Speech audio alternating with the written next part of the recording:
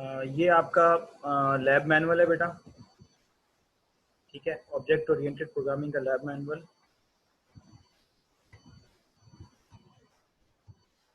ठीक है, आप लोगों को नज़र आ रहा होगा। इसमें असल में करना ये है कि ये लैब मैनुअल मैं आप लोगों के साथ शेयर करूँगा।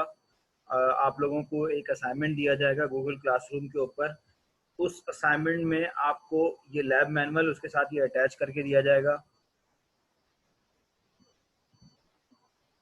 आपने क्या करना है कि आपने इसको इंडिविजुअली हर स्टूडेंट ने इस लैब मैनुअल को फिल करना है। इसमें अपना नाम, आईडी, डिपार्टमेंट और इसके बाद जो भी नीचे चीज़ें रिक्वायर्ड है वो मैं आपको बताऊंगा। ठीक है, और फिल करने के बाद आपने क्या करना है, उसी जहाँ पे ये आपको असाइनमेंट दिया गया है वहाँ पर लैब के जो एग्जाम की डेट आने से पहले पहले आपने सबमिट करवाना है। यानी कि आपके पास इतना टाइम है कि आप जो लैब एग्जाम होने हैं, लैब के जो एग्जाम, उससे पहले पहले जो है आप इसको सबमिट करवा सकते हैं। ठीक है, तो वो उसकी ड्यू डेट है। अब वो लैब एग्जाम आपके 3 दिन में हो, 4 दिन में हो, क्योंकि वो डेट तो एग्जामिनेशन वालों ने देनी है। उसके बाद फिर जो है वो आप इसको उससे पहले पहले आप इसको सबमिट करवा दें तो बेहतर है। वैसे तो करवाएंगे तो ही एग्जाम दे पाएंगे। ठीक है, अच्छा दूसरा इसके बाद इसमें मजीद क्या है, आपके पास टोटल यहाँ पे 10 लैब्स हैं। ठीक है, 10 में से ये एक जो है ना, इसमें जावा इसको सपोर्ट नहीं करता। ठीक है, यानी कि प्रोग्राम ऑन ऑपरेटर ओवरलोडिंग, तो जावा इसमें इसको सपोर्ट नहीं करता। तो ये वाली लैब छोड़ के बाकी की 9 लैब जो है वो आपको परफॉर्म करनी है। वन बाय वन मैं आपको समझा देता हूँ कि आपको इसमें करना क्या है। सबसे पहले जो है आपके पास जो है वो लैब नंबर 1 है। ठीक है, लैब नंबर 1 देख लेते हैं हम। लैब नंबर 1 में हमारे पास क्या है, ये इसके आप लैब ऑब्जेक्टिव है और इसके आउटकम्स हैं। अच्छा, ये इसमें रिप्लेस करते हैं।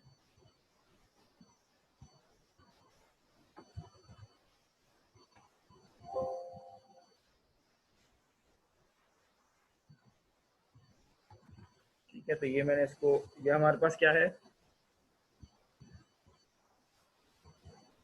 आप जो है वो फेमिलियर होंगे जावा प्रोग्राम से। और जावा के ही आपने प्रोग्राम लिखने हैं। और इंटेलिजेंट आइडिया का जो वो आपको कैसे इंटेलिजेंट आइडिया यूज़ करना है उसकी मैं आपको पहले ही बता चुका हूँ। उसकी वीडियो भी मौजूद है, वो मैं अपलोड कर दूंगा यूट्यूब के ऊपर। और ये जो आज हम लैब मैनुअल के हवाले से हम जो डिस्कस कर रहे हैं, इसकी जो वीडियो है ये भी इंशाल्लाह जब यूट्यूब पे अपलोड हो जाएगी तो आप देख लीजिएगा। अच्छा, सबसे पहले आपको करना क्या है, ये आपकी लैब 1 है। लेकिन लैब 1 का जो क्वेश्चन था वो लैब 1 जो हमारी डिफाइन हो रही है वो कर रही है program on concept of classes and objects. ठीक है, तो सबसे इनिशियली आपको क्या करना है, क्लासेस बनानी है और ऑब्जेक्ट्स बनाने हैं। तो इसमें आपने क्या करना है, जो लैब 1 के अंदर पहला क्वेश्चन आपके पास आ रहा है वो आ रहा है, write a function using reference variable as argument to swap the values of pair of integers.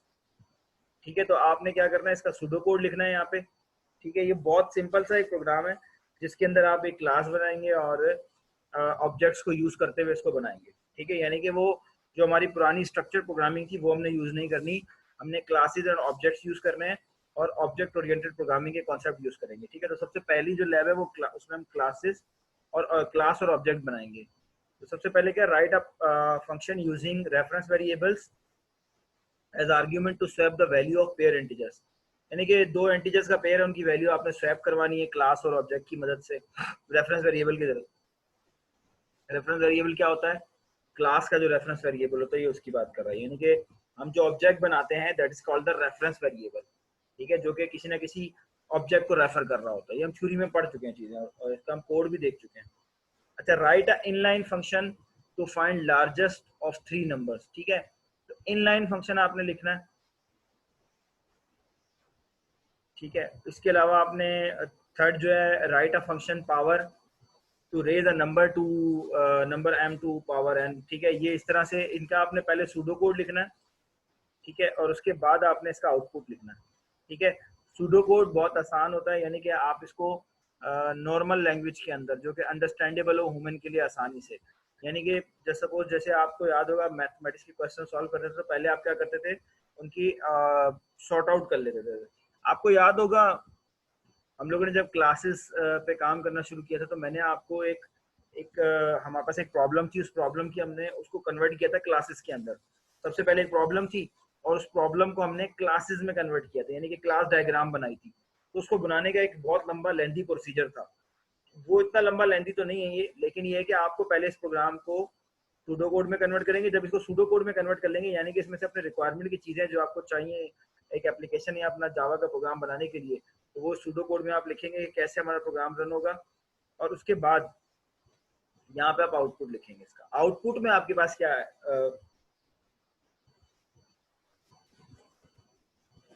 Pseudo code या कोड। वैसे सूडो कोड तो नहीं होना चाहिए, कोड होना चाहिए यहाँ पे। एक मिनट रुकिएगा।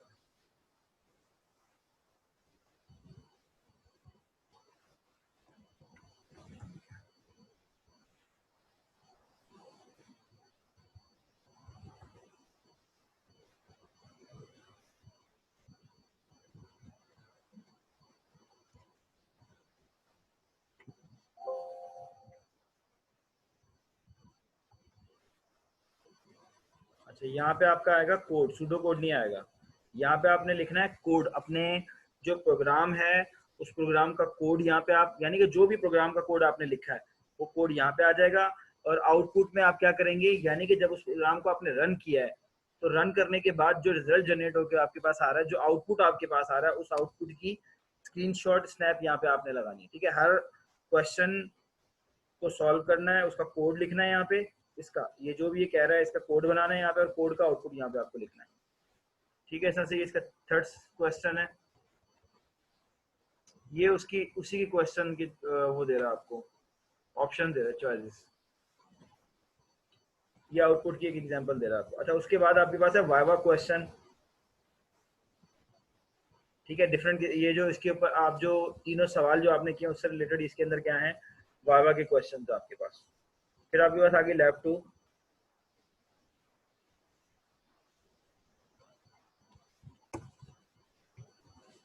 ठीक है, लैब 2 में आपने क्या करना है, ये आपके पास क्वेश्चन नंबर 1 है। ठीक है, ये भी हम कर चुके हैं क्लासेस में। ठीक है, यहाँ पे ये देखें क्लास डायग्राम दी हुई है इसकी, तो यहाँ पे कोड आएगा। क्लास डायग्राम को देख के आप कोड लिख लेंगे। वैसे तो इसमें इसका प्रॉब्लम भी दी हुई है यहाँ पे वर्डिंग में। ठीक है, क्लास डायग्राम आपको बनाना आती है, हम बना चुके हैं, पूरी डिटेल में हम इसके ऊपर काम कर चुके हैं। ठीक है, और उसके बाद इसका आप आउटपुट बनाएंगे। ठीक है, आउटपुट यहाँ पे जो भी रिजल्ट जनरेट होकर आ रहा है वो यहाँ पे आ जाएगा। आप तो इमेज लगाएंगे यहाँ पे। ठीक है, ये आपको एक बता रहा है कि आउटपुट इस तरह से आना चाहिए आपका। ठीक है, आउटपुट जो है ना वो आपके पास इस तरह से होगा। ठीक है, बनकर आएगा।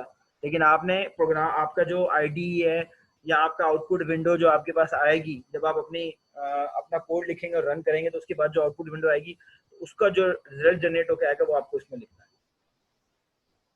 ठीक है, सेम एज इट इज आपने सारे क्वेश्चन इसी तरह से करते जाना है। ठीक है, आपकी कितनी लैब्स बन रही हैं ये इसके अंदर, 1 to 9 लैब्स बन रही है, एक छोड़ के, क्योंकि उसमें जावा हमें सपोर्ट नहीं कर रहा ऑपरेटर ओवरलोडिंग को। ठीक है, तो आपने कितनी करनी है, 9 लैब्स करनी है आपने। ठीक है,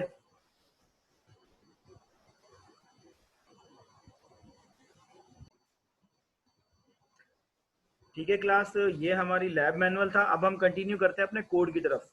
तो जो हम जो यूज कर रहे हैं आईडी है हमारे पास जावा के लिए, हम यूज कर रहे हैं इंटेलिजे आइडिया। होप आप सब लोग ने अपने पास इंस्टॉल कर लिया होगा। अगर आप लोगों ने इंटेलिजे आइडिया अपने पास इंस्टॉल नहीं किया, या आपको लगता है कि आप इससे बेहतर किसी और आईडी के ऊपर काम कर सकते हैं, तो इट्स योर चॉइस, आप चाहें तो कर सकते हैं। लेकिन मैं हमेशा से प्रेफर करूंगा कि अगर आपको जावा प्रोग्रामिंग करनी है तो आप इस वक्त 2020 के अंदर सबसे बेस्ट जो आईडी है वो इंटेलिजे आइडिया है, और हम क्लास के अंदर भी इसी को यूज कर रहे हैं। ठीक है, ये ओपन होता है तो मैं इसको शेयर करता हूँ। इसको मैंने ओपन कर दिया है। इसमें हमारे पास जो थोड़े बहुत चीजें रह गई हैं, जैसे देखें इस चीजों के जो कोड है ना वो तो मैं करवा चुका हूँ, ये भी हम कर चुके हैं। कॉपी कंस्ट्रक्टर हम देख लेते हैं, एक्सेप्शन हैंडलिंग हम कर चुके हैं, जेनरिक प्रोग्रामिंग में देख लेता हूँ, फाइल हैंडलिंग देख लेता हूँ। ये कोई बहुत लंबे ज्यादा नहीं है, छोटे छोटे से कोड हैं। मैं आपको जनरल कोड करवा दूंगा, बाकी जो लैब के अंदर जो आपको प्रॉब्लम, जो इश्यूज जो दिए हुए हैं वो सारे लैब के अंदर से आपको खुद करने पड़ेंगे। ठीक है,